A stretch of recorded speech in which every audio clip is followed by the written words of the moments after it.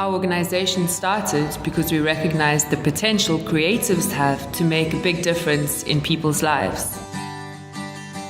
So how we work is we establish relationships and mobilize global design youth in positive action towards our sustainable future. From our perspective, sustainability is about social, environmental, and economic well-being. And design is simply a process and an approach to solving everyday problems. We launch our campaign with a competition, which is hosted in South Africa for South African youth between the ages of 18 and 35. The call for entry asked for product, systems, and services in response to the brief, which is home is where the heart is. And understanding that home is something that is personal to each of us. So, home is where the heart is. Well, my heart is here on Earth, our only home.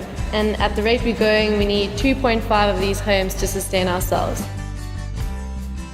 The vermiculture grow system is a rain harvester and a worm farm in 1 unit.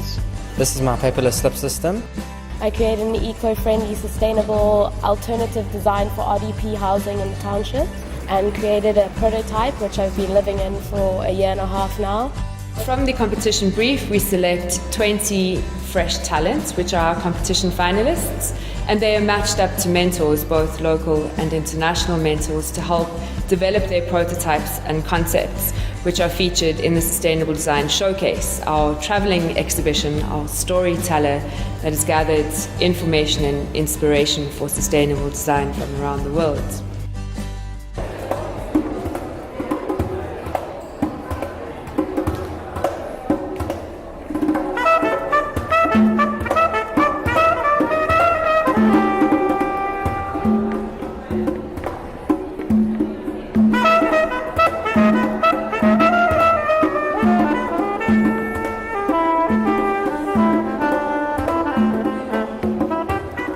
Our judging panel selects 3 winners who, as a prize, get to enjoy a trip to Sweden to continue the exchange. I'd like to call Maria Adams to the stage. Maria Adams.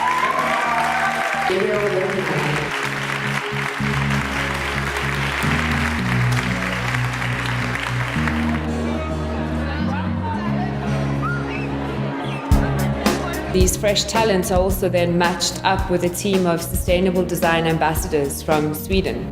And together this group is challenged to meet with a community in Kailicha, and there's an in-depth investigation which happens as the very first process in good design.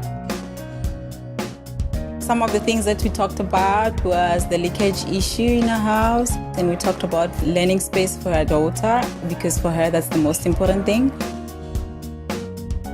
What we've basically been briefed with is to come up with something within the Kailicha home, something that will benefit the citizens that live there, coming from their perspective. And the project that we have chosen is a workspace desk.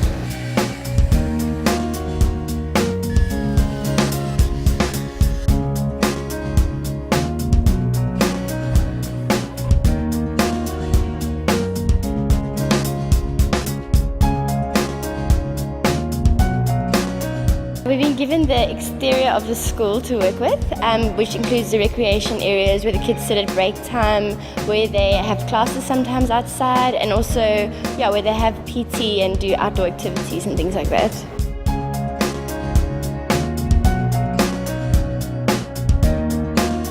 The Eco Design Initiative, they are a beautiful project. Last year they've helped us in the yoga room.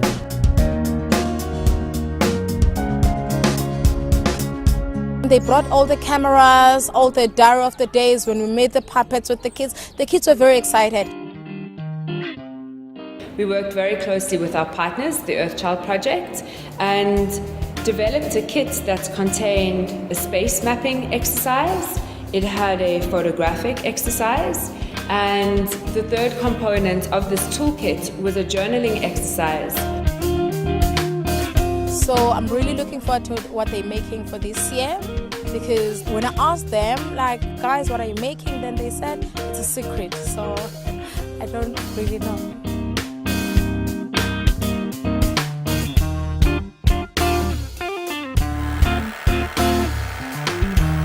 There's so much to do. We could have picked another area and done some great stuff there. And we were looking at the kids, what they were doing now. I think there's over 1,000 kids, and there are 5 trees with brick walls around them. So what we're just trying to do is increase the area where you can actually sit. It's an opportunity to sensitize South African and international design youth to the reality of the world and to the ways in which a lot of our global population in fact live. The bottom of the pyramid is really where our greatest opportunity lies as a design industry and as creative thinkers. A lot of our skills are in real practical applications and making life better. This is an opportunity for a hand up through transferring skills and transferring culture and attitudes.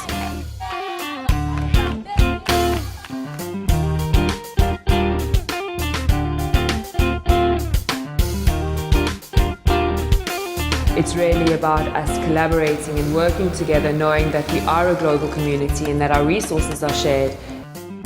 There are 3 very simple pillars in which we continuously operate. It's educate, exhibit, and exchange. And that's really to take information and inspiration for sustainable design to the widest possible audience. What we do with sustainable design is really Ubuntu in action. It's human-centered as a starting point, and that's where all the difference will lie, I reckon.